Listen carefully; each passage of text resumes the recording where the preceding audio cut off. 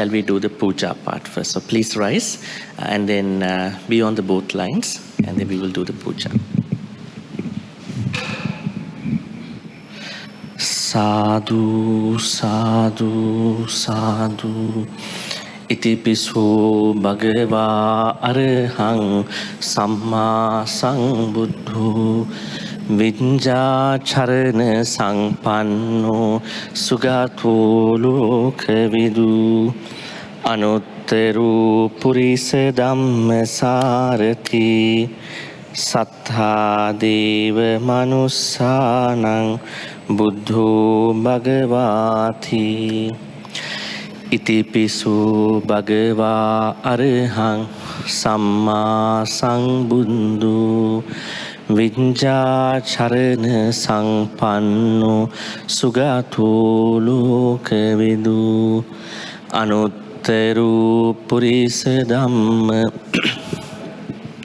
Sattha deva manussanang buddho bhagavati Itipiso bhagava arahang samma sambuddho Vinja charana sangpanno sugato lokavidu Anutteru purisa dhamma sarati Sattha deva manussanang buddho bhagavati Itipiso bhagava arahang samma sambuddho Vinja charana sangpanno sugato lokavidu Anutteru purisa dhamma sarati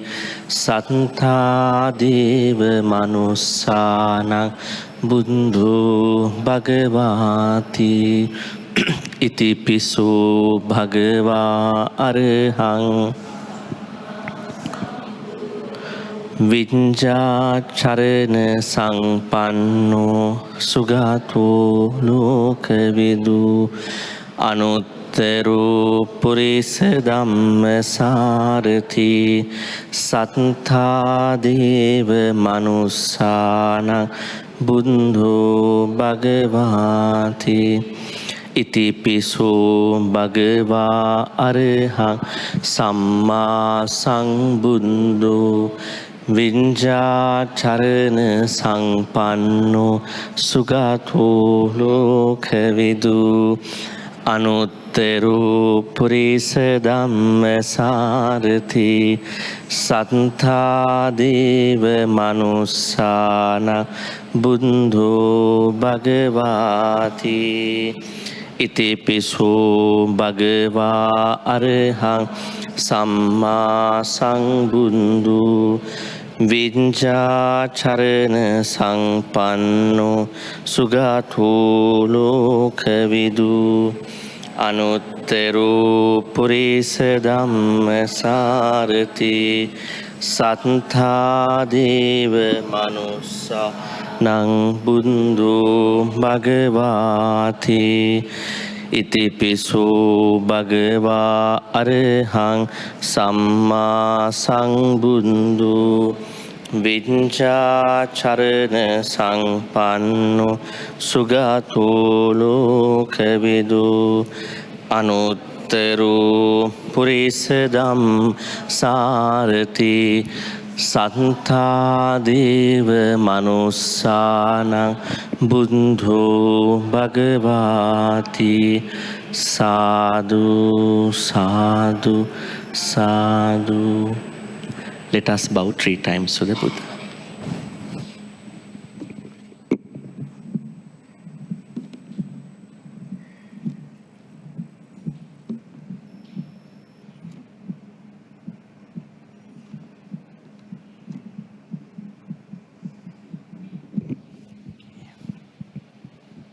Please take your seats.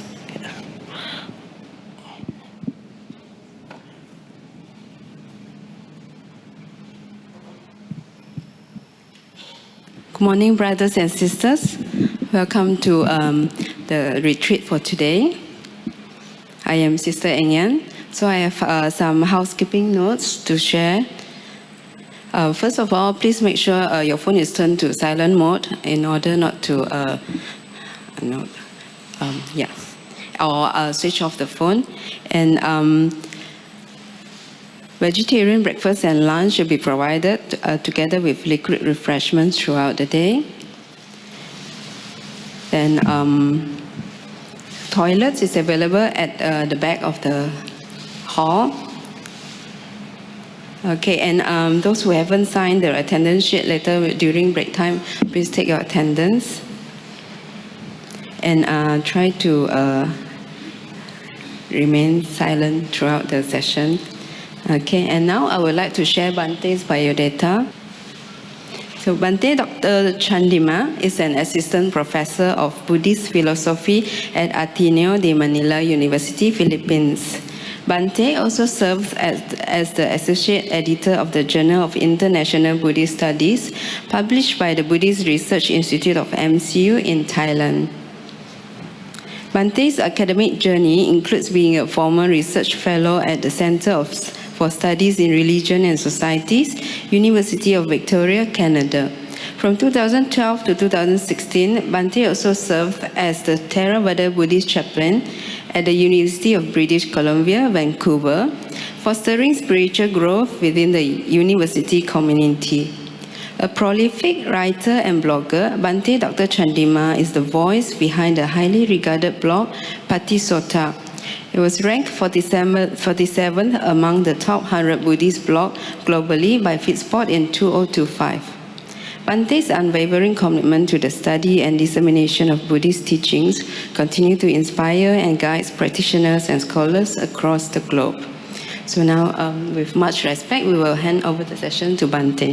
Thank you. Thank you, Sister Eng, for that. Sister Eng is not, maybe some of you might not have seen her. She's the coordinator for Monday Sutta discussion here at BMB. Every Monday, she's taking up that role. So for those who have been attending Monday Sutta discussion, she's not new. But for others, she may be new. And anyways, thank you for that introduction. And once again, a beautiful good morning to everyone. Sunday. The reason that we are making it to a one-day retreat was that on the Vihara side, they had an event over here yesterday, a full-day event. So we had to make it to a one-day retreat. Otherwise, normally this retreat lasts for 2 days. That's why it was scheduled to be a one-day retreat. I hope it doesn't matter as long as you get the important things out of the retreat. Time doesn't matter sometimes. Okay, so as Sister Eng mentioned, the first thing that we are remind you is the mobile phones. Please move to put to silent mode. I know that you need your phone to be on for emergencies. And then another thing that I want to tell you is that Vihara management informed us that there will be a fire drill today. Perhaps they're going to test our patience and mindfulness and Matta, so that. So this fire drill is alerting to Sunday Dhamma school students who are in this couple of floors, and they are going to come down. They're going to a master point somewhere over there. So this will happen. Perhaps it might be between 10 o'clock and 11 o'clock. I don't know the exact time. So we cannot get ready for that unless we get ready for the patients. So it might go for like 5-6 minutes. So during that time, perhaps if we are in the talk, let's have a moment of silence. Or if it is during another time, we will do a meditation, walking meditation, our own meditation.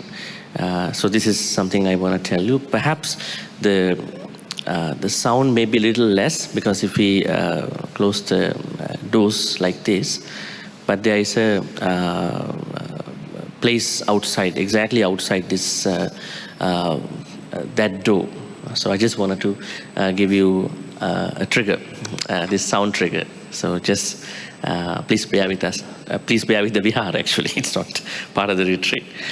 Other than that, as you can see, this is our usual schedule. I think you can follow up with that. We are now going to give you 8 precepts, and then Vandana, and walking meditation. And the meditation for today, that is Matta Meditation, and rest, and Dhamma sharing, and group photo is scheduled after the Dhamma talk. That is easy, so then once retreat is done, you can go back home, so you don't have to wait here. And lunch dana, and afternoon Q&A, sitting meditation, and 3:15, 4:15 time, it was usually reflection time. So what I'm gonna do this time, is that 6 people are going to see me, and others, they are continuing their meditation. And they can also study Bāhiya Sutta. Bāhiya Sutta, maybe I'm going to post it in the group.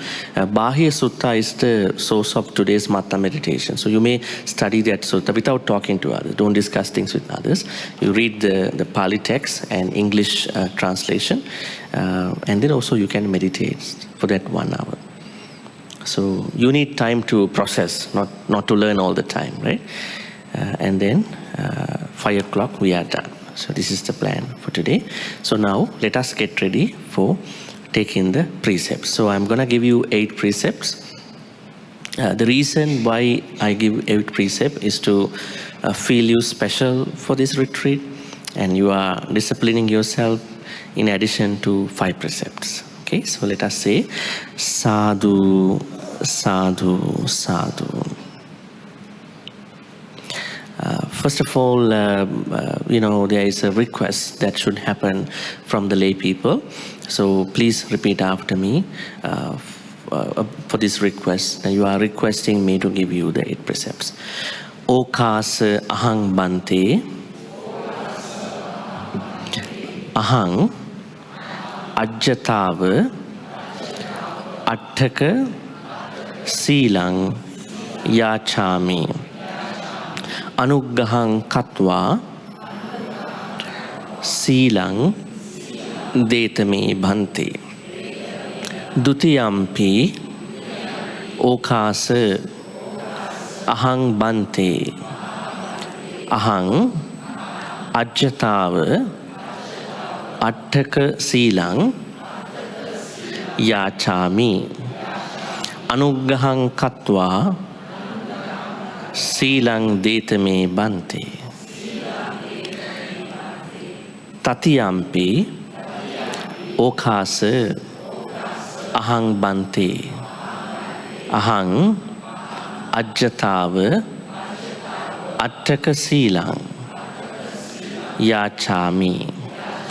Anuggahang katva silang detame bhante. Anukampang upadaya. Please recite Namo Tassa Bhagavatu 3 times together.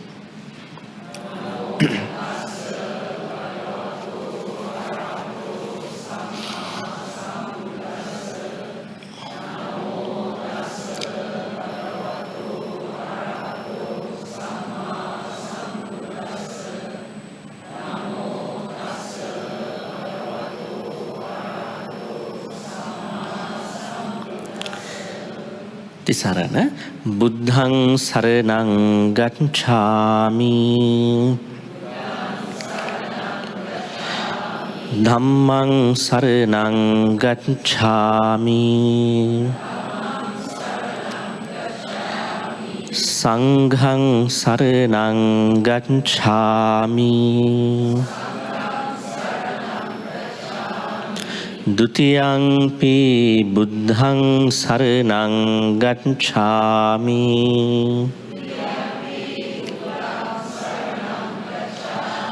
Dutiyampi dhammang saranang gacchami.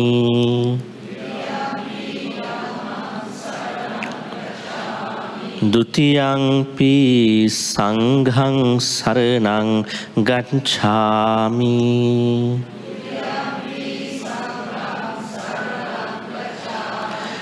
Tatiyampi buddhang saranang gacchami.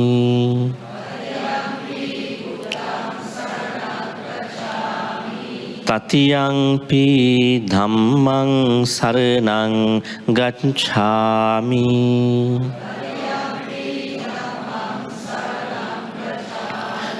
Tatiyampi sanghang saranang gacchami.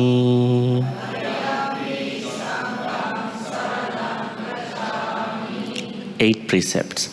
Panati pātha viramani sikkhapadang samadhiyami.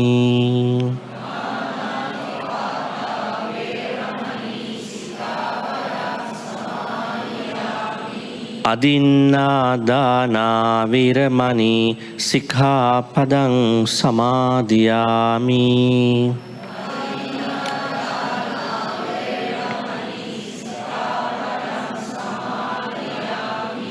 Abrahmacharya viramani sikkhapadang samadhiyami.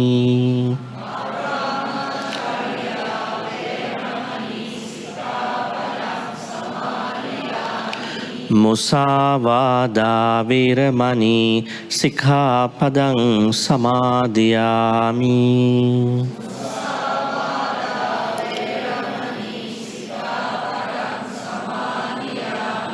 Suramiraya majjapama dattana viramani sikkhapadang samadhiyami.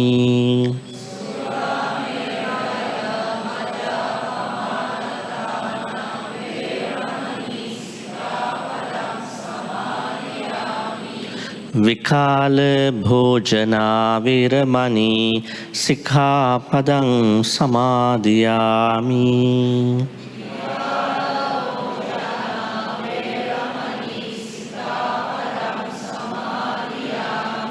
Nacha gīta vādita visukha dassana mālā gandha vilepana dhārana mandana vibhūsanatthāna viramani sikkhapadang samadhiyami. Uccāsayana mahāsayana viramani sikkhapadang samadhiyami. Sadhu, sadhu, sadhu. Now we are moving on to the Buddha Vandana.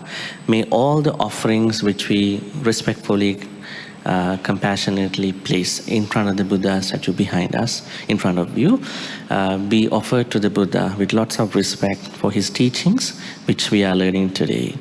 So let us recite together. Sadhu, sadhu, sadhu. Namo tassa bhagavatu arahatu samma sambuddhassa. Namo tassa bhagavatu arahatu samma sambuddhassa. Namo tassa bhagavatu arahatu samma sambuddhassa. Buddha Vandana. Iti pisu bhagavā arahang samma sambuddho vijjācharana sampanno sugato lokavidu anuttaro purisa dhamma sārati sattā deva manussānaṁ Buddho Bhagavati Dhammavandana Swakhato Bhagavata Dhammo Sandittiko Akaliko Ehi Passiko Upanayiko Pacchatang Veditambu Binyuhiti Sanghavandana Supatipanno Bhagavato Savaka Sanghu Ujupatipanno Bhagavato Savaka Sanghu Nyaya Patipanno Bhagavato Savaka Sanghu Samici Patipanno Bhagavato Savaka Yadidang Chantari Purisa Yugani Anta Purisa Pungala Esa Bhagavato Savaka Sanghu Ahuneyo Pahuneyo Dakhineyo Anjali Anuntarang Punyang Kentang Lokasati. Individual offerings, offering of light. Ganasa Rappadintena Deepena Tamadang Sina Tiloka Deepang Sang Buddhang Pujayami Tamunudang. Offering of incense, joss sticks. Sugandhikaya Vadanang Ananta Gunagandhina Sugandhina Hangandhena Pujayami Tathagatang. Offering of flowers. Vanne Gandhe Gunupetang Etang Kusuma Sanktating Pujayami Muning Das Siripad Saruruhe. Veneration of the sacred relics of the Buddha, Maha Bodhi tree in India, and all Buddha images, Buddha statues. Vandami Chetiyang Sambang Sambetani Supatintitang Saririka Dhatu Mahabodhi Buddha Rupang Sakalang Sada. Asking forgiveness from the Buddha. Kayena Vacha Chintena Pamadena Maya Katang Achayang Kamami Bhante Bhuri Panya Tathagata.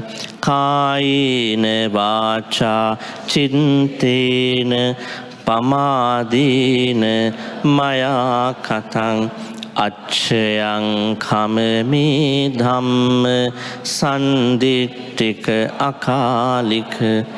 Kayena Vacha Chintena Pamadena Maya Katang Achayang Kamami Sangha Supatipanna Anuntara. Sadhu, sadhu, sadhu. Okay. Right.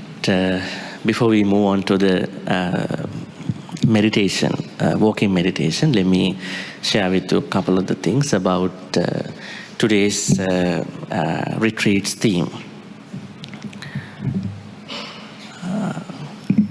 If you can remember that the retreats we have been doing time to time, they all had themes. That means we are trying to explore what are the meditations which the Buddha taught us. It's going beyond Satipatthanas and Samatha Vipassana, and perhaps sometime some of the very generic meditations. It is not only the subject of the meditation that mattered to people who were able to calm down, perhaps enlightenment, but also the conditions those people, each person, those people carry. Think about Patachara, the lady who lost her husband, 2 sons, mother, father. Within a couple of days, her whole internal world collapsed. And what meditation can she do? She doesn't know whether she even wears clothes. And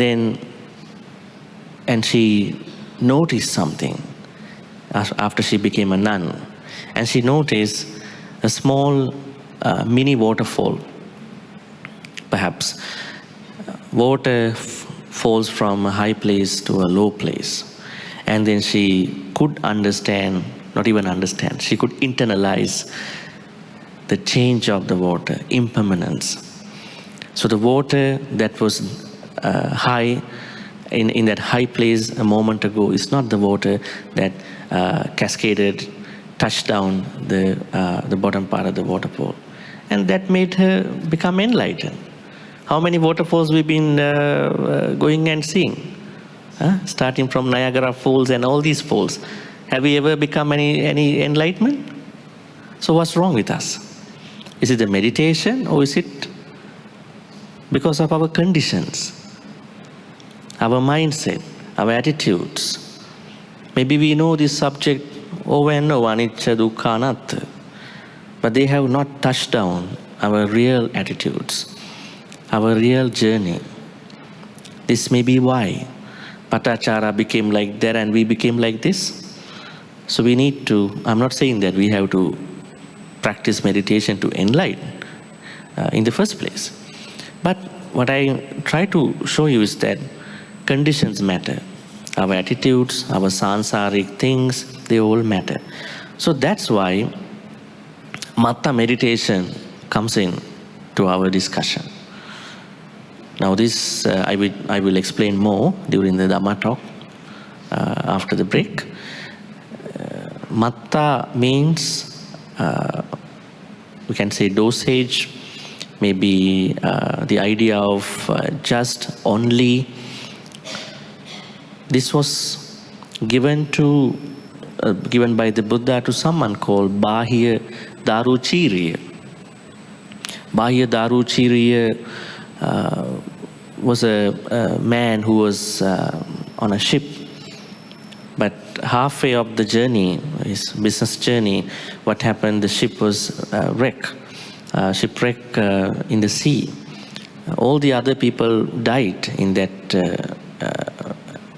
thing, and then Bāhiya Daruchiriya managed to swim to the shore. And then what happened? He had no clothes, and then he came to a very isolated area of the shore, the sea at that point. So what he did was he managed to find some of the wooden things and then made a kind of a clothing attire. And then people thought this may be an arahant, and this happens in today's world. When people come up with different dresses, maybe an enlightened person.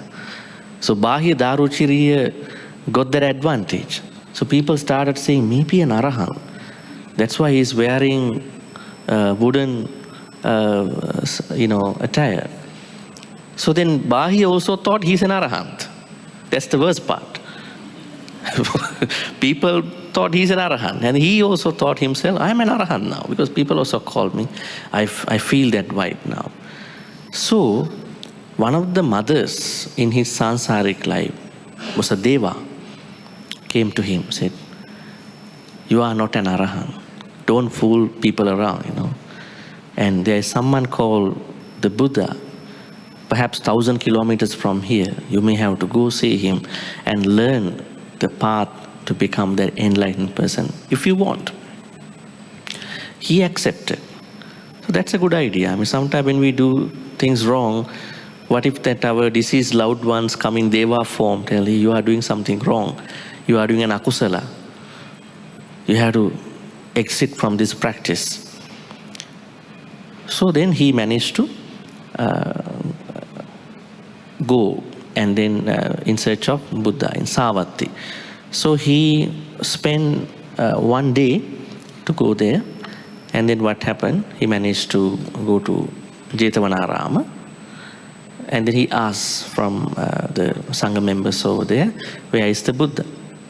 And those monks told him that the Buddha went for Pindapata. Because at that time there was not a tradition of people bringing food to the temple. Right? This tradition came up due to some reasons at that time. Later on, I think this is a different topic. So then he wanted to follow the Buddha, and he found out somewhere on a road that the Buddha was going for Pindapata.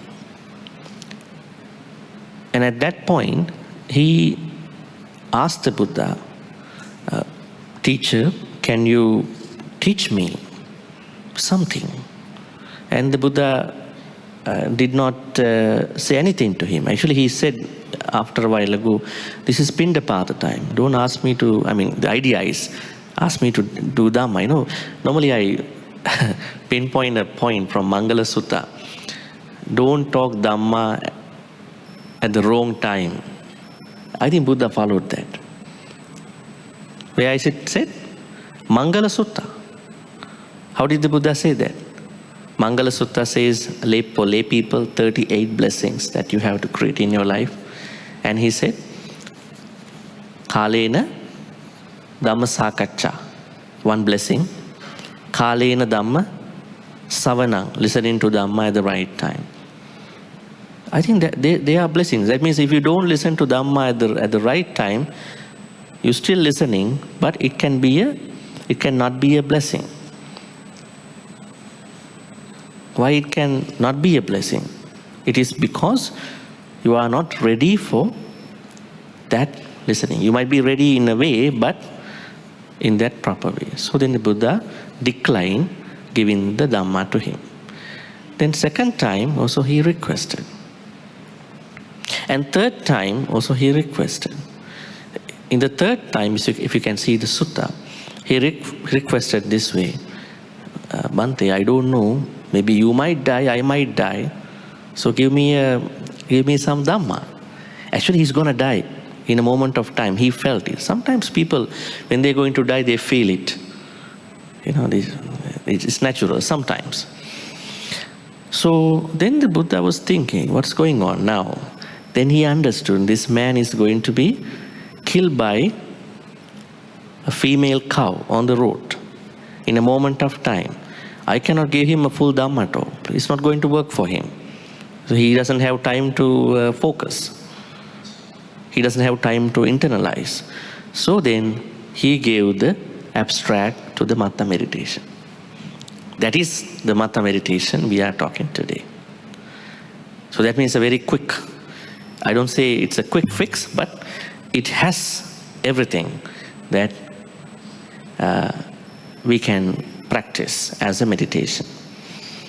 Rather than you go to a very standardized, very long-term meditation practice, this practice can help you calm down. I think the problem in our life is we know that meditation is good, we have to calm down, but conditions might not permit us to calm down. So I think this Matta meditation that was given to Bāhiya Daruchiriya just before he going to pass away could be a good teaching for us to practice in our daily life. Okay, so more to come, more information to come during the Dhamma talk. Now we are going to practice walking meditation. I think there are some newcomers too at this point here, perhaps. Walking meditation, I always recommend as an important meditation. Actually, Matta meditation is also in the walking meditation, in the way how we do. Now, why is walking meditation important? Is our normal walking not meditating? May I ask you a very basic question? Very, very basic question. Hopefully you are not embarrassed. What is meditation? You are going to retreats, you are going to Dhamma talks, you are learning. What is meditation? In Buddhism, in the Buddhist text.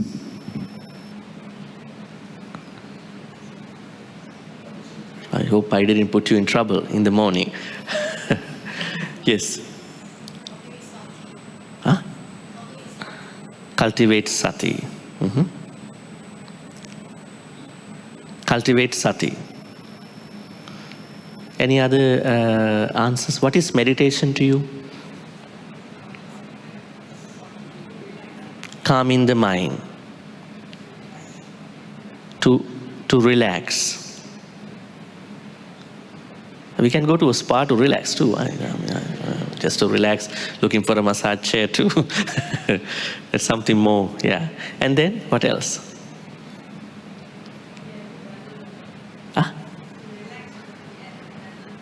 To relax, maybe to understand the present moment, okay.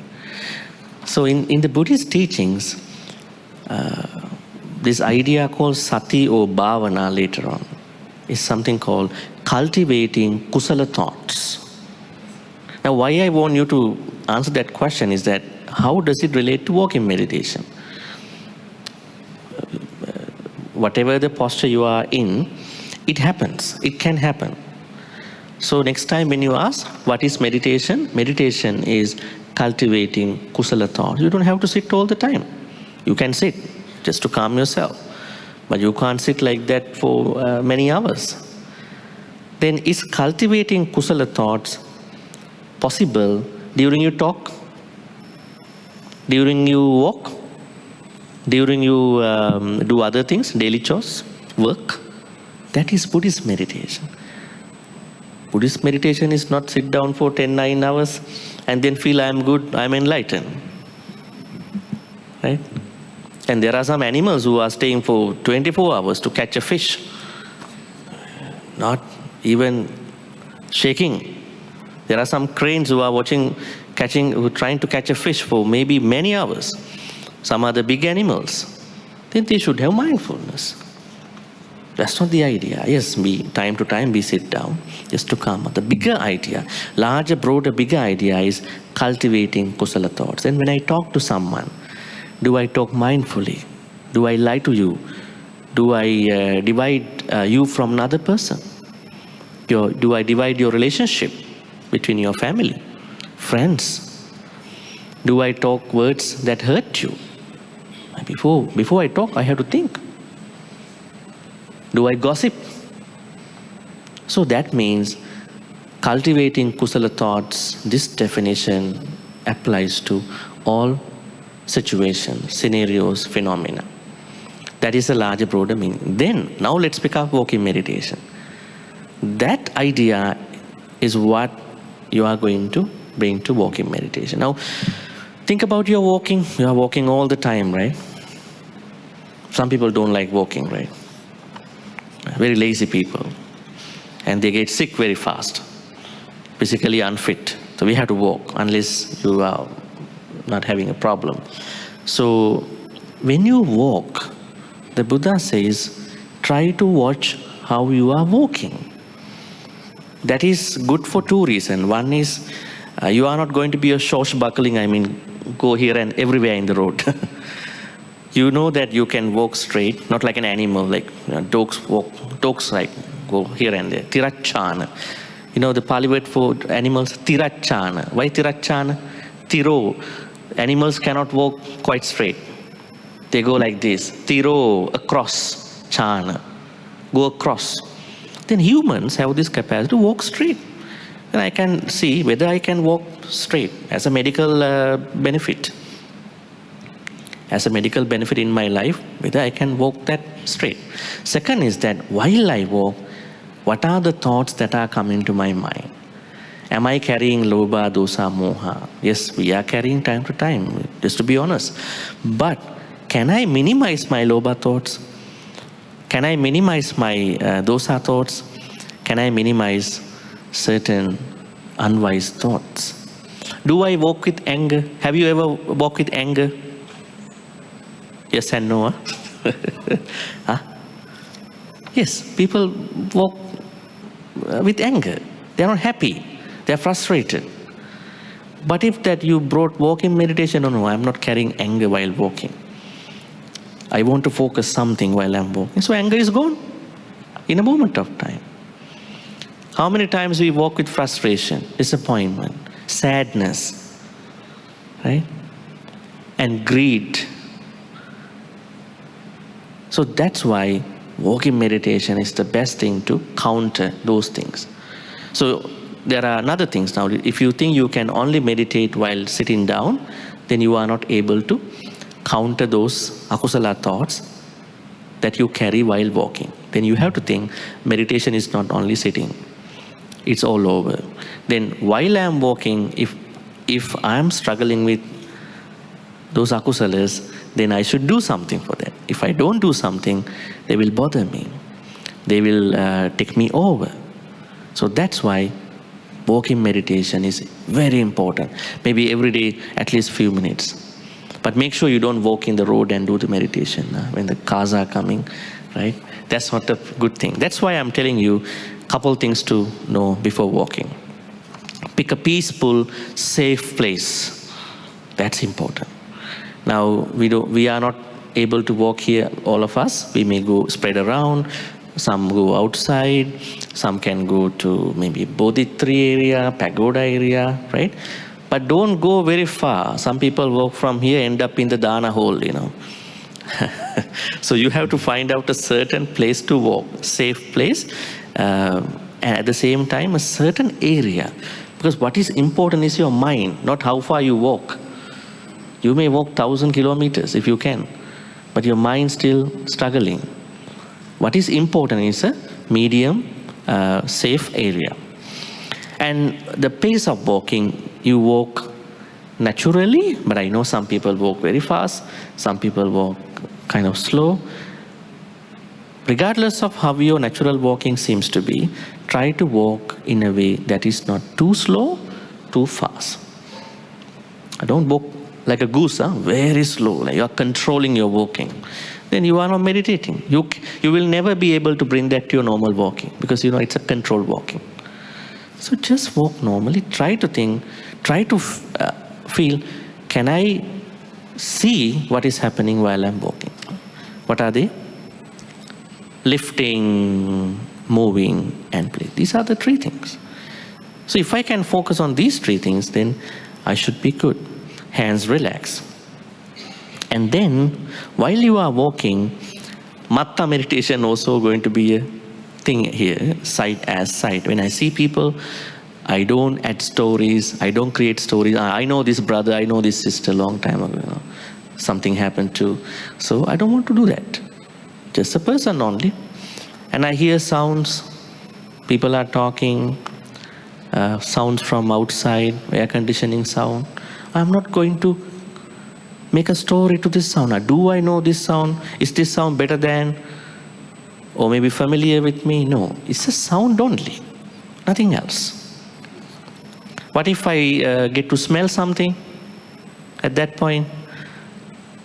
I don't want to compare with a smell that I had experienced already. It's just a smell, no stories. No further interpretations, labeling, no interpretation, just a smell. So this is how you are going to do the walking meditation. Once again, you are going to pick a peaceful place, walk naturally, not too fast, not too slow, hands relax. Your main focus is lifting, moving, placing. How is my right foot being lifted? How it is moved forward? How it is going to be placed down? How is the left foot is going through that process, back and forth? And then full body awareness. Because when you walk, you cannot only look at your walking too, because you have to make sure that you are not bumping into other people, you are not becoming a bit challenging to other people, like making sure that part too. And then sight as sight, sound as sound, smell as smell. Finally, when you finish, what time is your finishing time? Around, we will take more time, maybe 9 or 5. By that time, you are going to think, I'm going to go on my last round of walking. I'm going to finish my walking in this stretch, in the morning part. And I want to bring this to my normal walking, the rest of the day. How am I going to bring this to the rest of my day? That is the plan. Okay, so then now we will start doing the walking meditation. Please rise and then do your own walking meditation. If you have any questions to ask, please approach me. Otherwise, please do your walking meditation. Sadhu, sadhu, sadhu.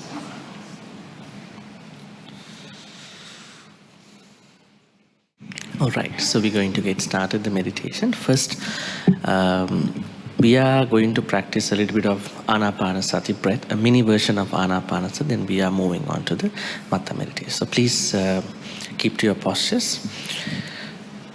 You may be seated on a chair, on a cushion, or on the floor. Please try to sit comfortably, but not too comfortably. Because if you sit too comfortably, you might doze off. After you make sure that you are seated comfortably, the next thing is to keep your back upright.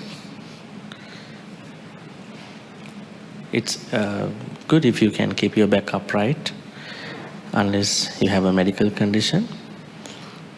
So, second step is please keep your back upright.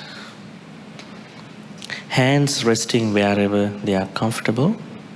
You may rest your hands on your legs, or maybe on your lap. Maybe you put your right palm on the left palm. Tongue on the roof of your mouth. Tongue on the roof of your mouth. How about eyes? You may keep your eyes closed, half open, or you may have a soft gaze. But if you are new to meditation, if you are still catching up with the things, I recommend you may keep your eyes closed. Once again, sitting comfortably, keeping your back upright, hands resting wherever they are comfortable, tongue on the roof of your mouth, and keep your eyes closed or half open or having a soft gaze. The next thing is to scan our body. We are scanning our body for offering gratitude for the well-being that we are having today. We were able to come to the Vihara, Buddhist Maha Vihara, for this retreat. If I was very sick, I couldn't have come here. So I want to be grateful for my well-being, my physical, mental, emotional well-being. So in order to have a certain understanding about that, we are looking at our body with regard to its shape, size, and weight, and to feel that they are all calmed down, all good at this point. Having scanned the body, the third step is to relax the body. It is very important to relax our body before the meditation. You know, some people, they complain that they feel pain when they watch breath. It is because they have not adequately relaxed their bodies. But how to relax the body? That's a very important question. In the meditation, we are doing something that we are not normally doing during the actual meditation to relax the body. That is to take a deep breath in. This deep breath, is an exaggerated, forceful breath, which we don't do in the actual meditation in a moment of time. But now we are doing just to relax. So take a deep breath in and breathe that out. If one deep breath doesn't seem working, you may go for 2 to 3 deep breaths. By doing so, you should be able to relax any tightness or tension with regard to your body.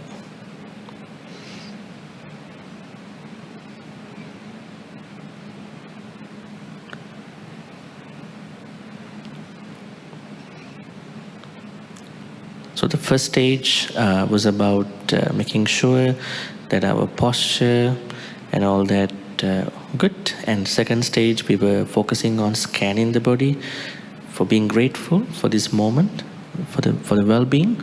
Third stage, relaxation.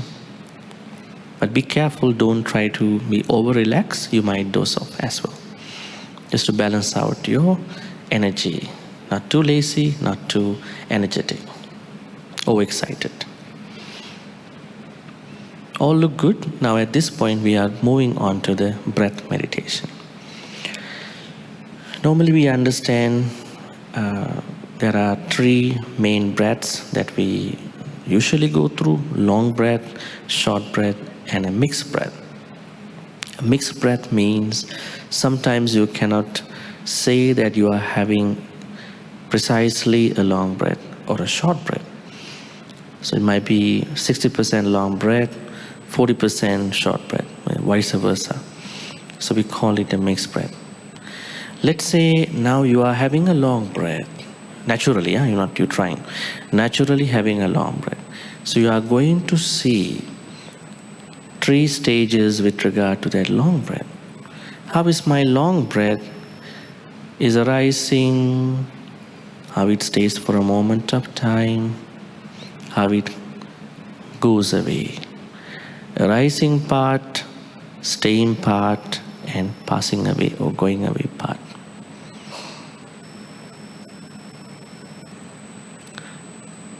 Let's say that you are having a short breath. In the next moment, you are also going to watch how is my short breath is arising, how it stays for a moment of time, and how it goes away. You might also have a long breath again. So you are following, being able to watch arising of that particular breath, staying time, the shortest time that it's going to stay, and then how that particular breath is going away. All this is about anicca, impermanence. Suppose you are having a mixed breath at a certain time. You are watching how that mixed breath is arising, how it stays for a moment of time, how it goes away.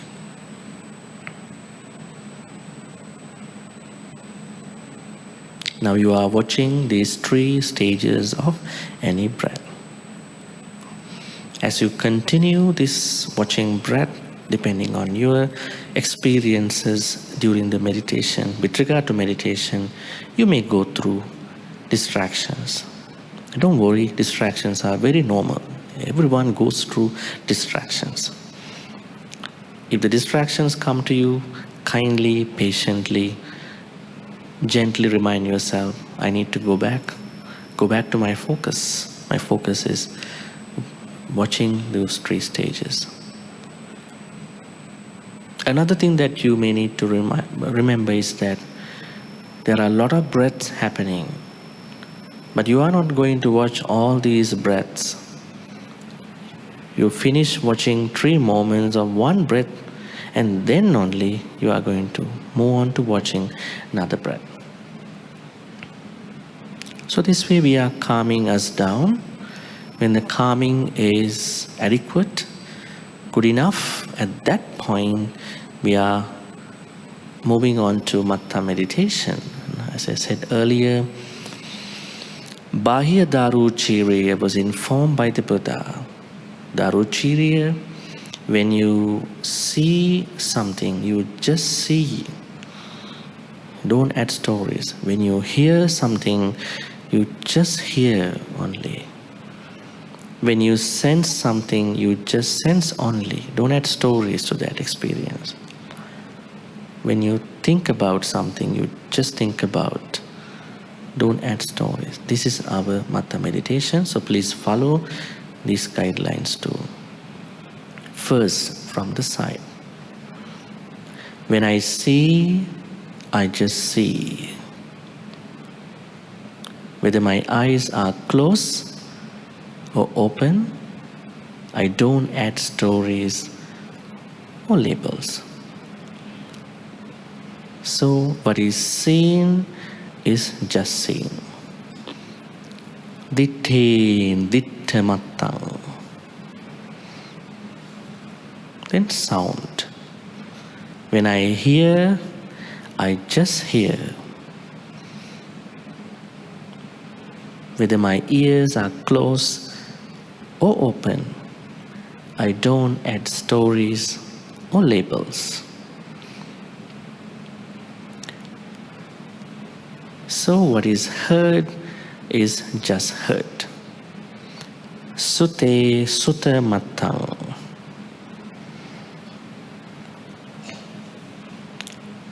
Then the rest of the sense faculties, sense. When I sense, I just sense.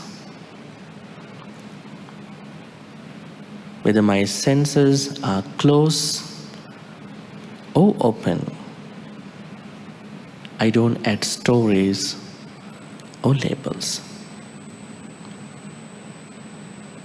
What is sense is just sense.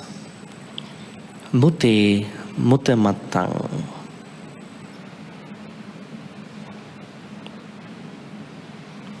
Thought. When I think, I just think. Thoughts may come and go. I don't add stories or labels onto those thoughts. What is cognized is just cognized. Viññāte viññāta mattang.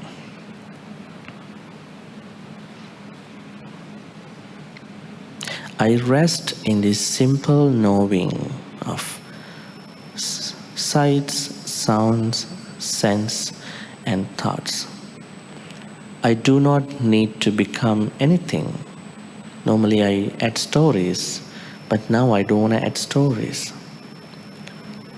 I let go, and I'm here, just seeing, just hearing, just sensing, just cognizing at those times. This is enough for me. This is my peace. Alright, so now we are going to focus on Matta meditation aspects with regard to sights, sounds, sense, and thoughts with the breath meditation. So please do the meditation.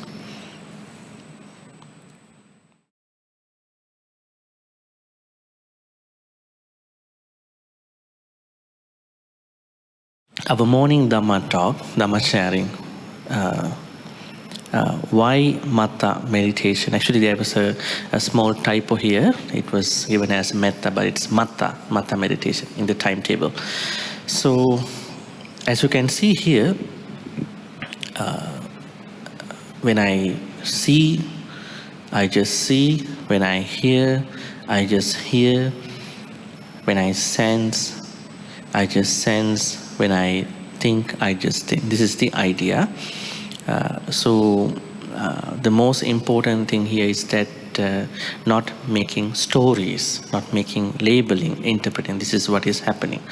But I want to tell you that there is something that we have to understand, because sometimes it's very natural to come up with stories, and we may need that story as well in a way. So we have to separate out those moments and this particular moment where we practice Matta meditation. Okay? This is what we saw in the sutta. The Buddha is asking Bāhiya Daru Chiriya, this man, Ditte Ditta Mattang, when you see, just see. Sute Sutta Mattang, when you hear, just hear. Mutte Mutta Mattang, when you sense, just sense. Actually, sense here means the rest of the sense faculties, I would say, what you call smell, touch, and all that. They are all under this sense, except consciousness.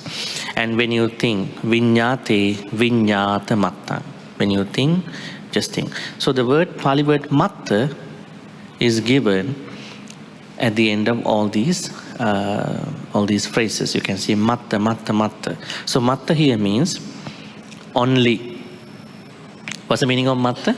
Only. You only see, only hear, only sense, only think, nothing else. But unfortunately what's happening to us is we not only see but also create stories. Maybe it's natural. Sometimes it's with effort.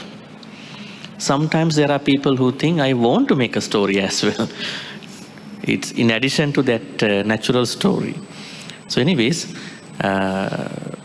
we don't normally see in our usual life, we add stories, right? And then throughout this Matta meditation, what we see is that through this advice, we are trying to nail that down to for that particular activity only. When I see, I only see. I'm not bringing stories to what I see. When I hear, I only hear. I'm not bringing up any stories to that hearing. When I sense, I only sense. I don't bring any stories, labeling, interpreting to that particular sensing what I'm feeling. When I think, that's happening, the cognition process, I only think. Right? And the Buddha also added onto this advice something different, very important to conclude. Bāhiya Daruchiriya, if you can relate to experience in this way. What is this experience? May I know what is this experience?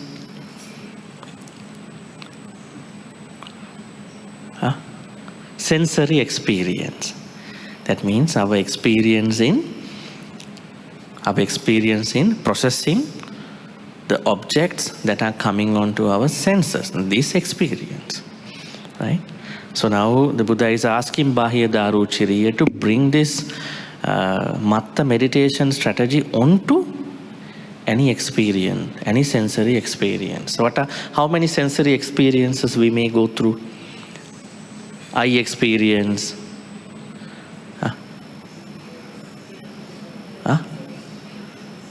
We can say that way. Sight experience, sound experience, smell experience, taste experience, touch experience, and thought experience. Right? So if Bāhiya Daruchiriya, if you can bring this understanding, what Matta, you make it only to Matta.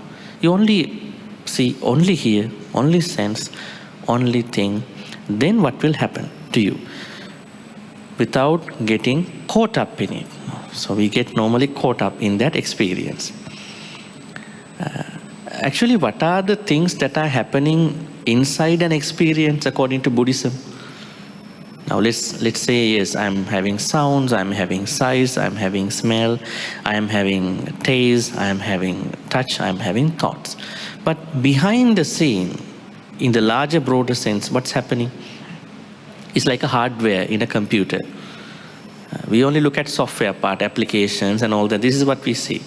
But the hardware part, what's largely happening behind the scene of our sensory experience? Sanya and Vedana.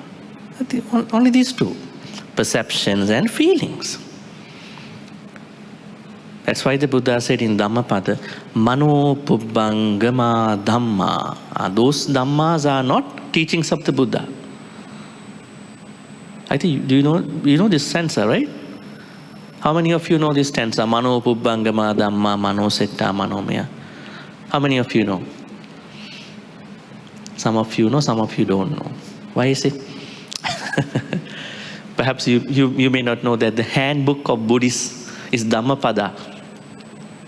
Dhammapada is the handbook of Buddhists, just like Holy Quran is going to be the handbook to devoted Muslims.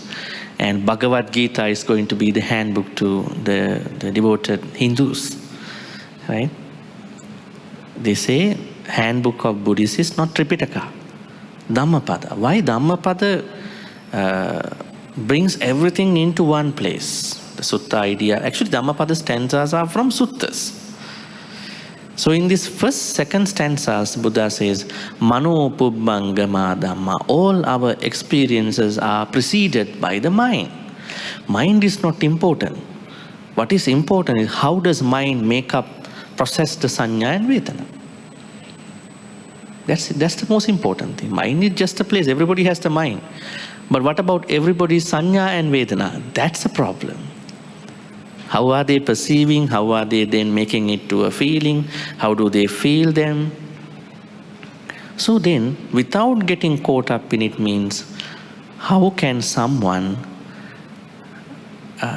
healthily, holistically process perceptions and feelings? So the Matta meditation directs to how to process Sanya Vedana in a better way, right? Better than how we used to do it. Are perceptions very important to us? They are more important than Vedana. Why? Vedana are the affective quality of the perceptions.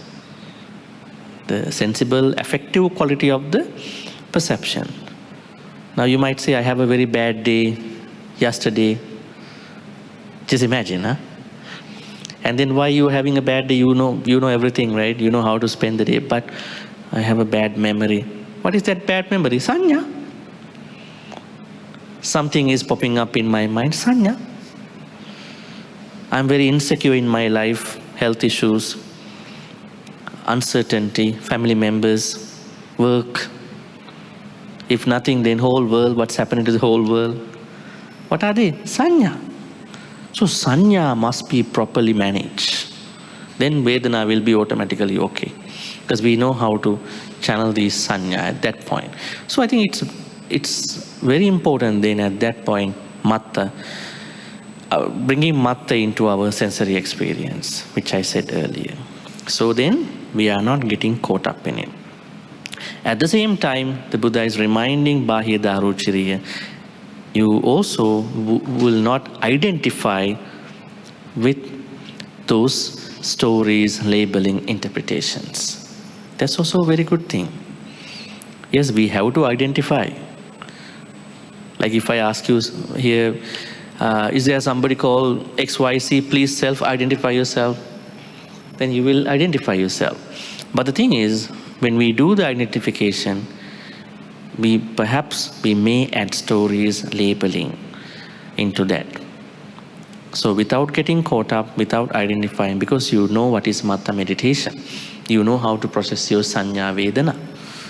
How do you know? You only process that thought, process that sight, process that sound, you process that sensing, not with stories, not with labeling, not with interpretations. Then what will happen, Bāhiya Daruchiriya? You will not cling to anything in the world. Once I make my own story, then I cling to this world. What world is that? May I know what is this world? Huh? Samsara. What is this world? Do you remember there was a man called Rohitassa? This is a sutta in Anguttara Nikaya. This Rohitassa became a deva.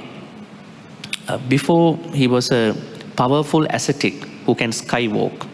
So he went to see the Shakyamuni Buddha and asked Shakyamuni Buddha,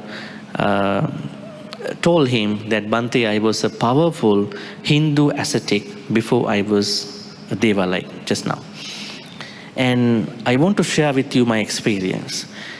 And I wanted to go from one place to the other place of this universe. I wanted to travel, that kind of universal traveling. Now you are globally traveling from one continent to the other continent. But this ascetic wants to travel from one place of the universe to the other place of the universe. So he's explaining under Rohitassa Sutta the velocity of that particular skywalking. How much I accelerated in my skywalking process. So my one foot was in the Eastern Ocean and the other foot was in the Western Ocean. Don't get misunderstood with Atlantic Ocean, Pacific Ocean, Indian, South China Sea. This is much, much bigger than those oceans. The universal seas. Right? So then, what happened? I just stopped for eating and washrooms and all that in his own way. Halfway of the journey, I passed away. And the Buddha said, look, you can't go to the end of the universe. That's a futile work. And I'm not discouraging those scientists who want to go to the end of the world. They might do their experimental research. Then the Buddha said the real world, so-called universe, is happening within our body, 1 foot, body, 1 fathom body with consciousness. Right? Actually, perception, he said, sasanyimhi. And I tell you, I say that dukkha, the first noble truth, the noble truth on dukkha, the noble truth on the cause of the dukkha, the noble truth on the cessation of the dukkha, the noble truth that tells us the path which leads to cessation of dukkha, they all lie within that 1 fathom body with consciousness along with perception. So that means everything is here. Nibbana is here. Nibbana is not in the temple. Right? But we are fogged by that ignorance. We are clouded by that ignorance. And the real, actually, physical world may be outside, but the true universe is inside. So that is the world which the Buddha is meaning here. So when you do the Matta with regard to your Sanya Vedana sensory experience, you won't cling to anything with regard to this world you are constructing through your Panchakanda and all this experience. Actually, the bigger world that we are creating is our own world with regard to what's happening outside, not the physical world. Physical world can be finite, but the mental world we are creating may be very infinite, very undefined sometimes. Then let's say, for instance, if you are asked by someone, how much lobha do you have? You have no answer to answer that question. How much jealousy do you have? I don't know. But if you are asked about some physical stuff, material world, you may say 5, 6, 7, 10, this percent, that percent, right? It will be finite at a certain point. So here, the world is our internal world that we create through Panchakanda. If you cannot understand that, if you want more explanation, then 12 ayatana. If you cannot understand that too, 18 elements. Where do this information come from? Dhatu Vibhanga Sutta in the Majjhima Nikaya, where Buddha talks about how to deconstruct internal world. Starting with Nama Rupa. If you cannot understand that, then Panchakanda. If you cannot understand that, at that point, 12 ayatanas, 12 sense bases. If you want more explanations, 18 dhatus, elements. Chakku dhatu, Rupa dhatu, Chakku Vijnana dhatu. Sota dhatu, Saddha dhatu, Sota Vijnana dhatu. So this is how the Buddha explains internal world. He can explain in a simple way, he can explain in a little bit moderate way, he can explain in a very, very large, broader way. That's the world here. Now, Daruchiriya, when you understand your sensory experience of Sanya Vedana with regard to just perceiving that thing, then you will not identify them a lot. You will not cling to that. And without clinging here, hereafter, or in between, you be free from dukkha, suffering. And what happened to Bāhiya Daruchiriya in a moment of time? He accepted this teaching, he was happy. Then he walked away. In a moment of time, a female cow attacked him and he passed away. That's a different story. In my Pali class on Thursday, I shared this story with another couple of people. There were 4 people who associated a sex worker and gave money, and they were greedy about the money they gave to her, so they killed her. While she was being killed, she thought, one day I'm going to kill all of these 4 men in one attack. So he killed Tambadatika, one man, and he killed Bāhiya Daruchiriya. He killed Suppabuddha, I think somebody else. So there are 4 people were killed because of that lady's curse, and she wanted to kill. That's why it's very important to watch our thoughts, especially during the moment of our death. If we're having that kind of a thought, it can happen. So Bāhiya Darucharya was in a way lucky, at least he could attain Nibbana.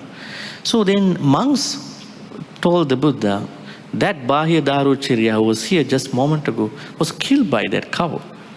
So then the Buddha said, no, he's an Arahant. Although you see in the layperson cloth, he's an Arahant. You make a pagoda for him. You cremate, you place his ashes into a pagoda. He's an Arahant. Normally we know when someone, layperson becomes an Arahant, that layperson cannot wear the layperson clothes, right? Must wear the robes for that life. But he didn't get that chance. He had to die. So this is the story, right? So how did Bāhiya Darucharya manage to attain Nibbana? Because of Matta meditation. Now I'm not saying that we have to practice it just before we dying one day. Don't take it that way. Bāhiya Darucharya went through that terrible experience because of a past karma. At least Buddha helped him, right? So for us, this is very helpful to understand what's happening now in our daily life and to calmly, peacefully, holistically respond to us and to other people and to minimize any hassles, problems, fights, arguments and create more peace in your household, in your workplace, outside, everywhere. So this is the idea. The sutta is coming under Udana Pali, Khuddaka Nikaya 1.10. So I would introduce Matta in two ways. Matta as a meditation, which you do today, and Matta as a lifestyle perspective. Okay? As an ethical balance of lifestyle. So Matta, as you can see here, training the mind to simply know without judging or elaborating what is seen, heard, sensed and thought. A direct, non-conceptual awareness that stills mental noise and brings calm clarity. This is what is happening to us when we do this as a meditation. Awareness. Second, Matta as a lifestyle perspective. How do I balance out my lifestyle with regard to how I eat, how I talk, how I do other things, how I engage in sports, how I engage in meditation, temple activities, how do you engage in your family life, your sensuality, all that. They are part of it. Then, are there any other suttas that support this Matta meditation idea? Yes, there are so many suttas. I'm going to pick up one sutta, AN 4.14, Anguttara Nikaya. There Buddha is asking monks, actually this is a generic idea, Chakkuna rupang diswa na nimittak gahi hoti nanu byanjanak gahi. Pali statement. Don't worry, if you don't know Pali, I will explain to you. When you see a sight with your eyes, you don't get caught up in the marks and features. What are they? Nimitta, marks. Anubhyanjana means features. Okay, perhaps now we are having the fire drill. Don't worry. Don't get panicked too. It might happen any time now. So nimitta means marks. Anubhyanjana means features. Now let's say I see that fan and nimitta. What are the marks of that nimitta of that fan? Right? And I see the usual fan. It's a wall fan. And then I see the marks from outside, the plastic and all that. And at the same time, do I see the features? Yeah, I do see the features. Those are under that particular fan. So normally, when I see something, when you see something, you see both nimitta and anubhyanjana, marks and features. Going back, when you see something, you will get into marks and features, but don't get caught up in any of those things. This is the idea. We're talking about nimitta and anubhyanjana. You can see here. Nimitta means marks, anubhyanjana means features. So when we experience a sight, we don't have to get caught up in marks and features. This is what the Buddha says in many suttas. So also sound, smell, taste, touch and thought. This is a very good idea, actually. I mean, because if we go past this moment, what will happen is that perceptions will be created, and along with the respective Vedana, feelings will create, and we might be in a kind of a challenging situation. So this idea is exactly the idea, the map behind Matta Meditation. This is why Matta Meditation is very important. Now I'm trying to relate this to layperson. I mean, you might think Bāhiya Daruchiri was an Arahan. It's a very high-end philosophical idea. How does it relate to a layperson? As a layperson, it's natural and even healthy to enjoy sensual pleasures in moderation. This is the Buddhist idea. But without Matta Meditation, it is easy to slip into unwholesome indulgence. That could be a problem. Unwholesome indulgence. That's where Matta as a meditation comes in. It helps you stay balanced, enjoying without excessive attachment, and protects you from falling into harmful desires. That's why this practice, Matta Meditation, matters. Now I want to ask you something about these sensual pleasures, enjoying sensual pleasures. And we have a word called in moderation here, but let's take these sensual pleasures. As lay people, what is the Buddhist idea that you have understood with regard to sensual pleasures? Are you supposed to avoid sensual pleasures completely? Or what should be the attitude that you should have with regard to sensual pleasures? You need to engage in sensual pleasures. But I think you are attached already. Once you like the food you want to eat, you are attached. This is something I want to separate out.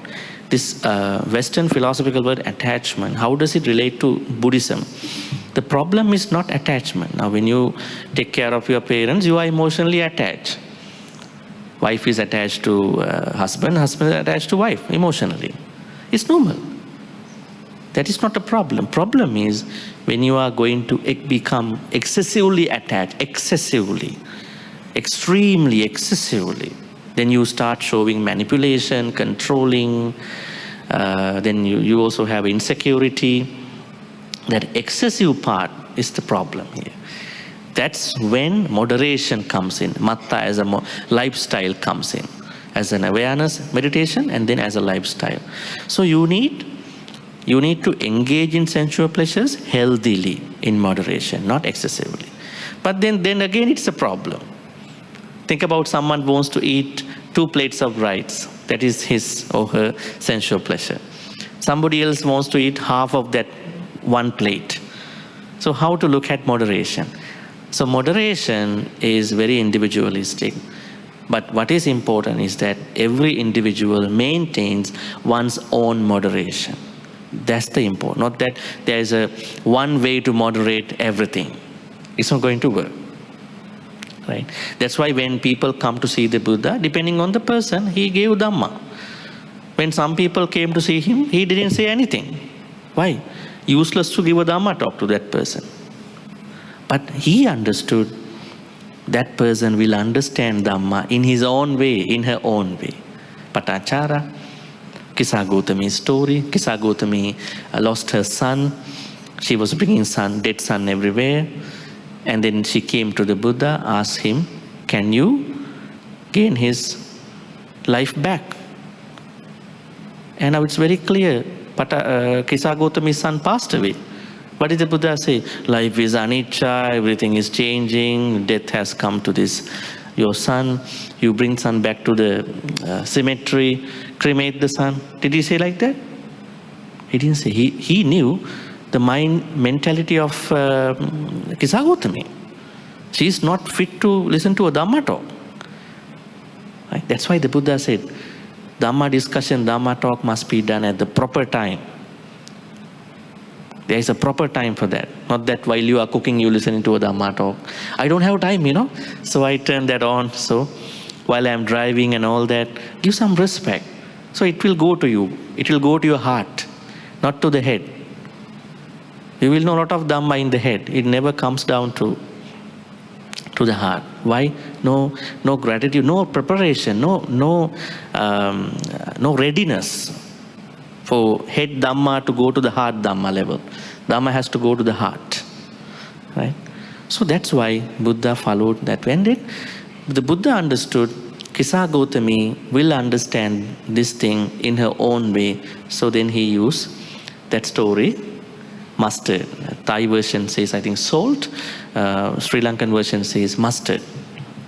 I will cure your son if you bring some amount of mustard. But on a condition, you have to get those things from a house that nobody had passed away. She was very happy when she could not mind about the rest of the condition. She went from one house to many other houses, and then everybody is very generous to give the mustard. But then she asked the question, has anybody passed away in your house? Yeah. I have a grandmother, grandfather. My mother passed away a few months ago. And then she kindly gave those things back. Finally, after going to many houses, she understood this is not only happened to me. It's a universal experience. I'm a part of it. It's like a cancer patient is understanding, why me?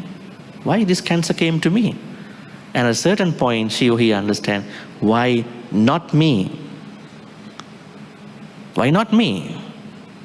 And why me to why not me? Right? So why not me means I'm also part of this universal experience, good, bad, happiness, unhappiness, fame, defame, criticism, compliments, happiness, unhappiness. I'm part of it. And I can process those situations. So the Buddha understood different people differently. And different people need different things to understand life. So then, Matta, is important to you to figure out your wrong karma. I would say good karma, wrong karma, healthy karma, unhealthy karma. Let's talk about that. Let's take one example. Can you think about a karma? Let's say, I think you like food, right? That much, not today. Mindful eating is coming up today. Food. Then, so how to understand good karma, bad karma with regard to eating habits? Let's say you have a favorite food that you want to eat. And then, how do you look at it? So what is the thin line between the wrong karma and then good karma with regard to the taste? Overeating, that's important. You may find the food, but if you are going to overeat, then it can be a problem to you mentally, physically, right? So that means you need to set your own moderation parameters, boundaries. There's no one way to do it. Different people have different bodies, their nature, their interests. So anyway, create that safe moderation boundary. It's good for you. So that is the Matta as a lifestyle. Matta as a meditation helps you to go to that level, and then Matta will be then a lifestyle. Right? For instance, as part of healthy sensual enjoyment, good karma, you might naturally notice certain marks and features in what you see and etc. That's not unwholesome. Now, say for instance, as somebody said here, attachment. Now, in a family, do you have to like each other? That's a good question. Huh? Don't talk about wrong karma. Good karma, like you are properly married to somebody and then you have life, you have family members, you have a life going on. So, do you have to like each other in your family? Huh? Have to, right? No choice, huh? No choice become the best choice sometime. See, if you cannot like each other, then problems. I don't like to see, not to talk. The mood is out, right? So that means, what do you mean by liking? Then you like the nimitta and anubhyanjana. Going back here, then you have to like nimitta and anubhyanjana. Let's say you are married, you have to like your spouse nimitta and anubhyanjana. Right? It's okay, it's no problem. But what if when it comes to other people, right? And you see somebody else, then that is the wrong karma. is a wrong karma, then you bring Matta meditation into that. Now this nimitta not for me. This anubhyanjana not for me. My nimitta anubhyanjana over there with moderation. That's how you're going to balance out this idea, right? That means you cannot always ignore nimitta anubhyanjana. In your comfort zone, in your that wholesome area, you like it. But for the unwholesome stuff, yes, nimitta anubhyanjana must be looked at through Matta meditation. Think about you had a good lunch. You had a dessert as well, if you are that kind of person. Now you're going to see other food as well. Your body doesn't need those food, but your mind says, go grab it, go eat it. Some dessert. And then, that nimitta anubhyanjana, not for me. Wrong karma, unwholesome karma, because I already had something for me. I'm good, right? I process my sensory experience with regard to sanya vedana from Matta. So that's why you need to know that you have your healthy karma in moderation thing. It's okay to work with nimitta anubhyanjana, but don't tolerate nimitta anubhyanjana with regard to wrong karma. Karmas that you should not engage in. Think about alcohol. When I see alcohol, I can't, take my mind off. I gotta go and grab it. Then you had something already. Why you wanna be alcoholic? You eat a chocolate, but don't be chocoholic, right? You learn Dhamma, but don't be, you can't say Dhammaholic, but I mean, say, right? You learn Dhamma and then live with that. Don't be clung to the Dhamma. The Dhamma will be a problem too at the end, right? It's very important to get the tool and use it and just put it away safely, nicely. As the Buddha said in Alagadupama Sutta, right? Remember? Alagadupama Sutta introduces how to learn Dhamma. I think I always tell people, before you do Sutta study, go learn Alagadupama Sutta in the Majjhima Nikaya. Alagadupama means head of the snake. Then the Buddha says, learning Dhamma is like catching a snake, venomous snake. In that sutta. How did he say? He's saying that if somebody is going to catch a snake from its tail, the snake is going to bite in a moment of time. And also from the middle and also from the head, definitely. But suppose there's a gypsy snake catcher, a professional snake catcher is going to use a stick and destabilizes the snake and then properly get the control over the snake.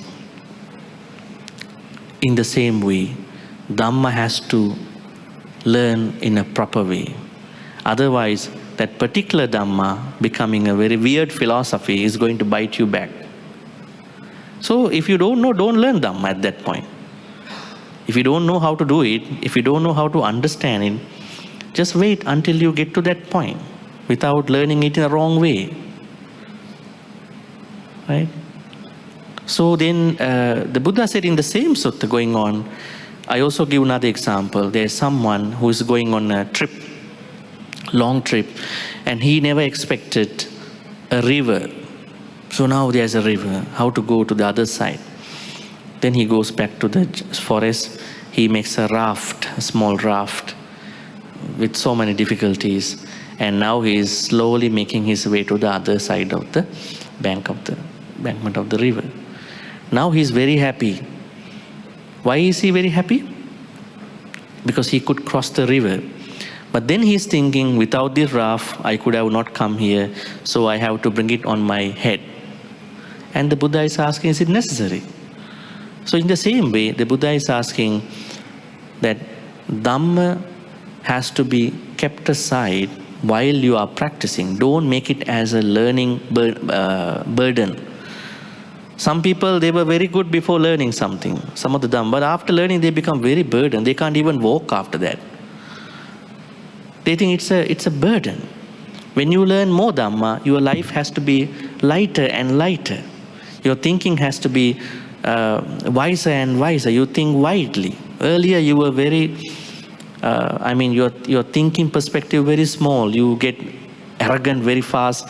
You get irritated.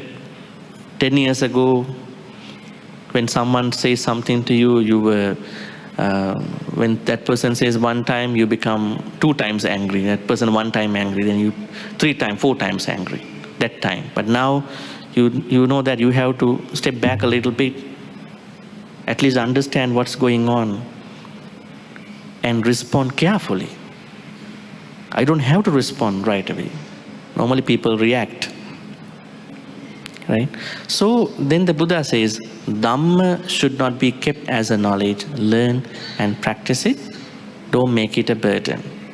So that's why it's very important to understand the practice with regard to these things. So as a layperson, you are looking at your healthy karma with regard to nimitta anubhava. It's no problem. But with regard to wrong karma, you are definitely bringing nimitta anubhyanjana thing too. As you can see, Matta is just, this is very important. This Matta meditation offers a transformational shift from papancha to direct experience. What is papancha? Have you ever learned papancha before? Papancha is the word Buddha uses for a full blown akusala. Let's say you have anger, but it's not very visible. What do we call that anger? Passive anger, right? There are different people who have anger: active anger people, passive anger people. How to understand them? When some people go mad, they become very angry. You see that this person is very angry. But there are some other people, when they're angry, you don't see anything. But how do you see their anger? When their behavior, the way they are talking to you. Sometimes the talking is very nice, but the tone is not nice, their tone. You feel something wrong here, right? They are raising their voice in a good way, but still raising their voice. Then not even the truthfulness matters, but also the way how the truthfulness is being delivered matters too. Actually, those people are having passive anger. They are hiding their anger. Now, normally, when we learn about akusala, we learn the different levels of akusala, right? What are those different levels? Anusaya, then vitikkama pariyuttana, right? That means there are 7 akusalas that are latent, dormant within us. How do we look at it? Now, where is your anger now? You are all with metta at this point, but where is your anger at this point? Did you leave it at home to get it back when you go back home? Where is your anger now? Huh? Home? Latent. Latent means, where is it? Where is your jealousy? Where is your anger now? Where is your frustration now? Disappointment now? Especially anger. It is sleeping now. Don't wake him up. Him or her. Right? Sleeping. We call them latent, dormant. So how does anger rise then? When the right condition appears, anger is going to wake up. Right? Just like how you hear the particular alarm when you wake up. In the same way, when anger gets the right condition, slowly, maybe sometime very fast, rising. So the Buddha says that when an akusala, starting from anusaya, vitikkama, pariyuttana level, pariyuttana means full blown, when it is expanded to the highest possible level, Buddha calls it as a papancha. That means you are proliferated. You are very corrupted in your mind. Normally corruption comes from bribery and all that, but the very bad corruption comes within us. We are highly corrupted. We call conceptual proliferation. That really affects my direct experience with regard to processing sights, sounds, smell, taste, touch, and thought. And now we can see how does this papancha process start. sense organ, let's say eyes, object side, then passa, contact. Then what happened? Vedana arises. When you have the Vedana, then you name it. You name it in your own way. This is a good, not bad. Nah? I think in Malaysian way they always say nice, nice. I don't know. For everything they are saying nice. It's nice. Good, bad. But anyway, you name it. You name the quality of the Vedana through Sanya. Then once you label it, then thoughts start beginning. Right? Vitakkas are coming. So once again, any sense faculty, its object, and then the contact together first stage. Then, as a consequence of that, feeling arises. When feeling arises, you start interpreting, labeling, perception arises. Then thoughts are coming along with that.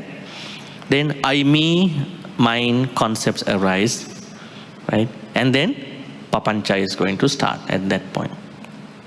Perhaps this process takes a lot of time because it goes through kilesa, upakilesa, what else? Kilesa, upakilesa. Then starting from what we call asava is the first level. We call them influxes, like in Sabbasa Sutta. Asava, then akusala mula, roots, then kilesa, defilements, upakilesas, impurities. We did a retreat, I think, a few years back here about upakilesas. Upakilesas, then proliferation, papancha. And when our thought process becomes a papancha, what will happen? A whole context of views, world of meaning, stories, views, and it leads to conflict with self and others. Majjhima Nikaya 18, Madhupindika Sutta. Madhupindika Sutta introduces how does a small akusala becomes a full-blown akusala experience. So when you say how to understand papancha, papancha is the akusala experience, the Pali word for akusala experience. How do I go through an akusala from a minor version to a full-blown version? So when you know Matta, you can cut it. You can cut it at a very earliest point, at an earlier stage. So it's good to cut it at the beginning, not let it grow. Now Bāhiya Sutta here, as you can see, it supports us to cut it in this way as we learn here. When seeing, just see. When hearing, just hear. When sensing, just sense. When thinking, just know. The same thing. Because of the timing, I'm going to send this slide later, so don't worry. Okay, so characteristics of this Matta, just knowing, immediately it helps us to come back to the present moment, right? And it's non-judgmental. Normally we are judgmental about our experience, so it also helps us not to create judgments, right? And also we don't identify, we break our habitual sense of self-ownership.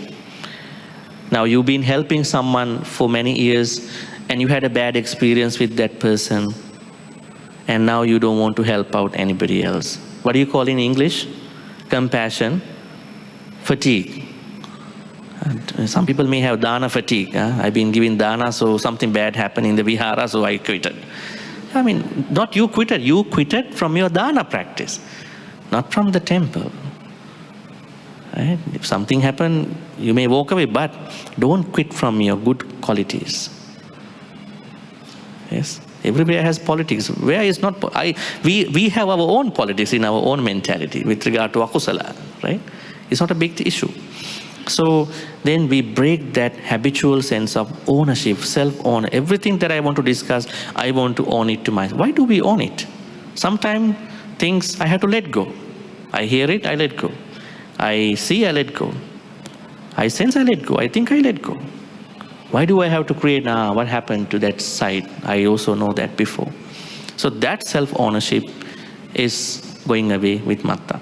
And Upekka. Finally, Matta helps us to go to that upekha level. Equanimous, accept phenomena without craving or aversion. That means whatever happens to me in my daily life, I'm creating myself with a lot of skills with regard to upekkha. How important is upekkha? Upekkha is the highest quality in Buddhism. Right? Highest quality. When I have upekkha, I can go through any experience without creating stories. Matta helps me to go there. Now here what we understand, Matta supports me to go to upekkha level. That means Matta supports me to practice metta, karuna, mudita, finally upekkha too. So once again, it's immediate because it can help us to come back to the present moment. It helps us not to judge. It helps us not to identify. We identify a lot of things with regard to our ownership, and it helps us finally to go to upekkha level. It breaks overthinking, reactivity. It helps to have a very healthy emotional regulation in a calm. I think you can read the rest. I'm going to pick up. Okay, so finally, I'm now going into a point that I'm bringing Matta as a lifestyle now. What do we call that? Moderation. Matta as a meditation, now Matta as a moderation. It balances extremes, especially indulgence and suppression. Who taught us this thing, this balance between extremes of indulgence and suppression? Our Shakyamuni Buddha. Because he went through indulgence and suppression. Where did he go through indulgence? As a prince, he had 3 palaces for different seasons. He had a lot of things. And where did he go through suppression? Did he suppress? Ascetic, as an ascetic. For over 6 years, he went through. And he understood giving pain to the body will never get me to the enlightenment. So never give pain to the body. Right? But you understand healthy level of practice. Now we come down to a very interesting part in our daily life. Let us talk about moderation, Matta, in speech. Mitta Bhani, what's the name? Mitta Bhani. Bhani means talking. Mitta means here, certain grammar form here with regard to Matta. That means speaking in moderation.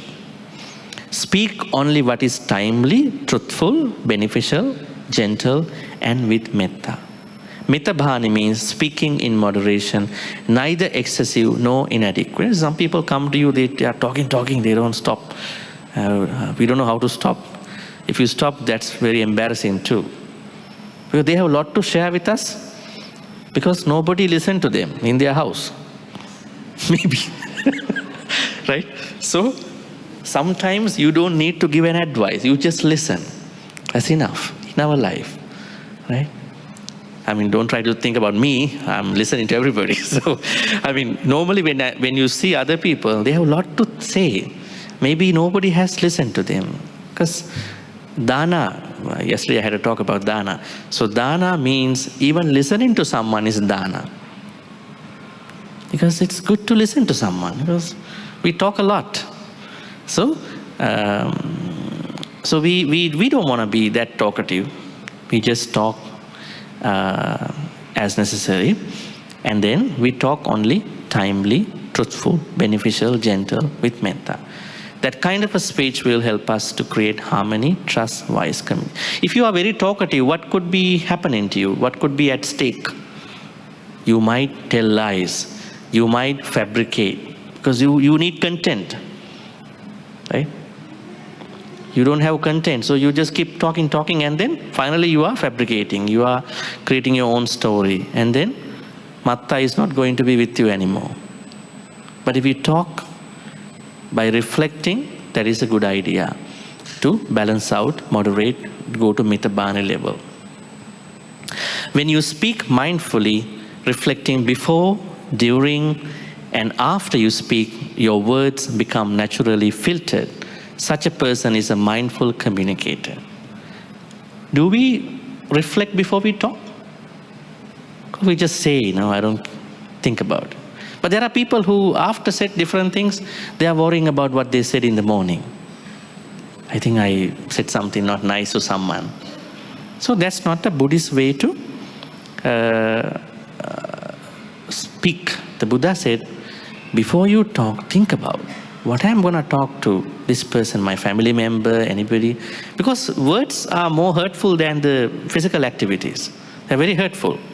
Especially when you create stories about your loved ones. It hurts a lot.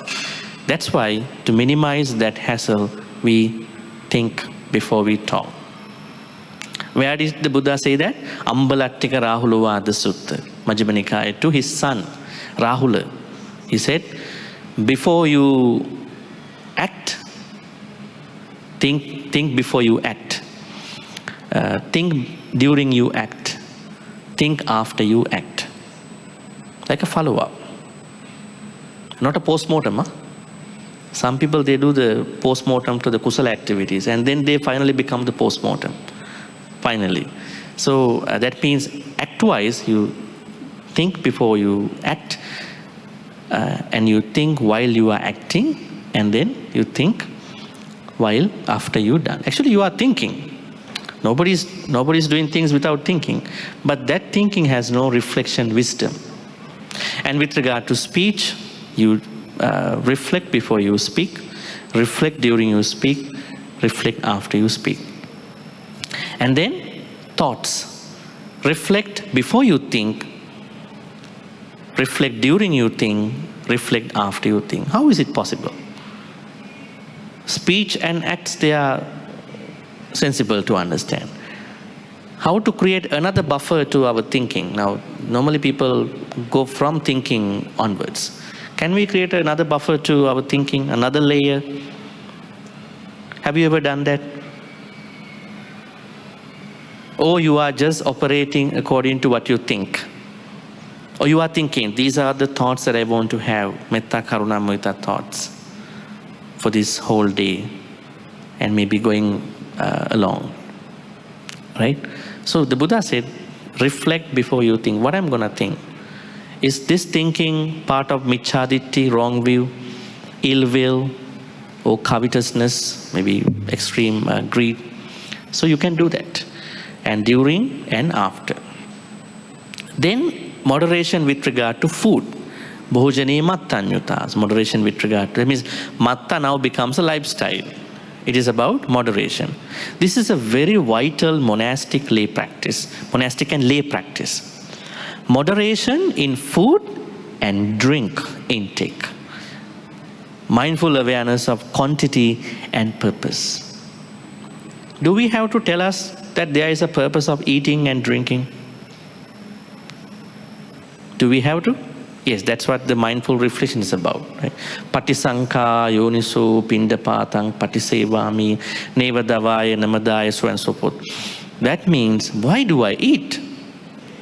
Right? And I eat with a purpose. I need to survive.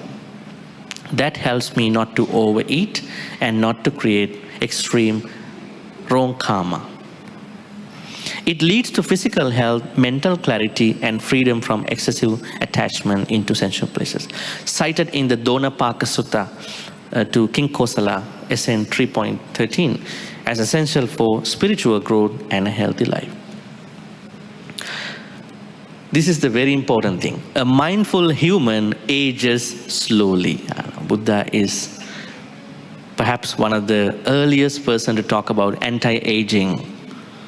Normally when you come to Buddhism, life is, aching, hanging and all that, What is this life? This is life, what the Buddha said? No. Buddha said that overall idea, but within that he talks about how to age slowly. Pali word, what is the Pali word? Sanikang jirati ayupalayanti. Control aging. Pala means control. Ayu means age. Have you ever heard that before? The Buddha asks you to control aging? Yes. Donapaka Sutta. On one side, he's asking us to accept our age. Yes, we have to. Even you are Buddhist or non-Buddhist, you have to accept the changes. But at the same time, he's asking us to not to die earlier. Why to die earlier? Practice more Dhamma. It's very important to live longer. Because we don't know where we're going to be reborn after this. Although we have an idea from karma and all that. But it's better to live longer to do more good karma. But when you live longer, you can't go aging faster.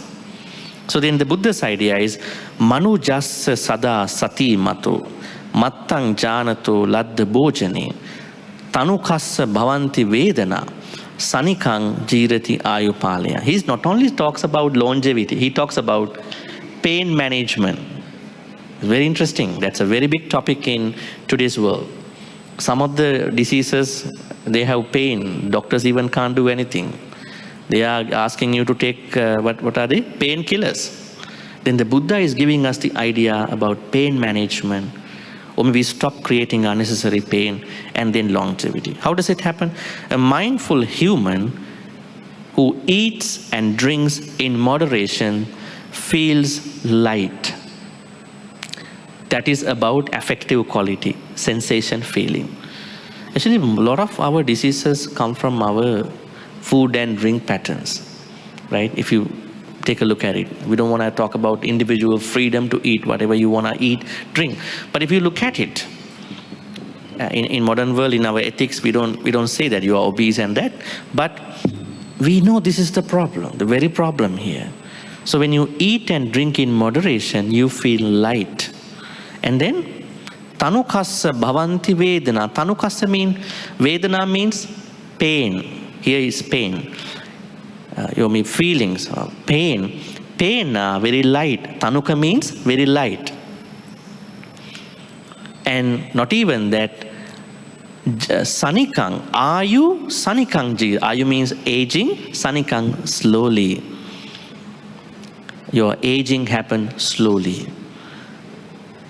So how to do it? How to create our pains lighter? How to age slowly? Mattang janato. Mattang. You have to know matta. What kind of matta? Ladda bojane. With regard to food and drinks, you have to eat and drink in moderation. The Buddha said that. Now matta has become a lifestyle here. Earlier matta has become a lifestyle with regard to talking. There are so many things. I didn't pick up a lot of things because of the timing. So talking, eating, we are doing that every day. So I think they are. So then you can even make your pain lighter. Maybe no pain might be. Minimal to no pain. At the same time, you can age slowly. Buddha understand living longer is a path to practice more Dhamma. But when you very old, you can't practice too. You can't sit down. You can't cognize. So you need to age slowly. That has an importance. Not even that. Now, this is also very important with regard to consumption and desire, with regard to other things. Because Buddha is asking us to go for contentment, santutti. Contentment also is very important, right? Finally. And what are the other places of consumption? Digital consumption. What is that? Screen time. What is the problem with screen time? Actually, it's a blessing for us to pursue knowledge through phones, gadgets, and all that. If you compare this time to 20 years back, we had to go see people to learn something. It's good. But sometimes we might have felt it's kind of bothering that person. So things were kind of esoteric at that time. You had like Upanishad in Hinduism. You go to that person, it's a secret teaching, I'm always telling you. But now knowledge is not that censored. But the problem is AI knowledge sometimes is not accurate, not verified. That's why we understand in Cleveland Clinic, in web medicine, or maybe other psychology today, these websites are asking professional people to go and verify the information. Not that you search and get some information. But AI is still good to get an idea. It's good. We have an idea before we go somewhere to ask. So use digital gadgets. We have to use them, but wisely. That means you know the limit. Don't be addicted. Otherwise, our sleep is controlled by gadgets. Our sleep is controlled by some of the video softwares, streaming platforms. In a way, it's a pity on us because we don't know how to handle these gadgets because so many information to process. And you watch one video, And that streaming software is telling you 30, 40, 50, 60 similar videos under auto-suggest. Then one video is 1 hour. Think about it. And you are watching from morning to evening, and the whole day is gone. Then you are blaming internet and gadgets. Don't blame that. The problem is your habits. You should know how to properly process. If you want to watch one video, go and come back. That's mindful digital consumption. That's where we have to be. If you want to watch 2, that's enough. But not get dragged by these things. Come back to your place, what you want to do. And material acquisitions, entertainment habits, right? They all should be done with Matta. So then it will really help you to process. And just knowing is also important, just as we discussed, walking, working, speaking, and also as a compass in decision making. Sometimes we make decisions that are very extreme to other people. We don't look at the both sides of the situation. When you have Matta, you see that side, this side, here, everything. You make a very holistic decision, right? That's very important in our life. Matta is what helps. And relationships, listen without judgment, speak without excess. It's Matta too. Mindful scrolling, once again, mindful posting. You are not sharing everything. Just because your friend shared on social media, you think about, are these information true or not? Right? Finally, what we are looking at is Matta as a meditation and as a lifestyle. It's a very powerful practice if you keep doing, so you are not clinging to anything. And it, as a lifestyle practice, it helps us to see clarity and look at everything from a more compassionate perspective, because we have balance. You are not defending extreme people. You are not going to be fanatics. You are not going to be having excessive ideas about anything. You want to moderate. You want to be in moderation, speaking, talking, anything in life. And finally, where is this leading to? Where is this Matta? We know it leads to Upekka, but where is this finally leading to? Middle path, NEP, Noble Eightfold Path. Because Noble Eightfold Path is the perfect level of moderation. Samadhi, right view, Samma Sankappa, right thought, Samma Vacha, right speech, Samma Kammanta, right action, Samma Ajiva, right living, ethical living, Samma Vayama, right effort, Samma Sati, right mindfulness, and Samma Samadhi, right concentration.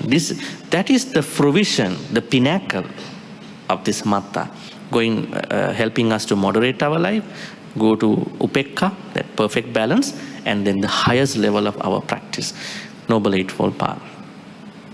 Okay, so this is what we need to understand with regard to Matta. So I wanted to say that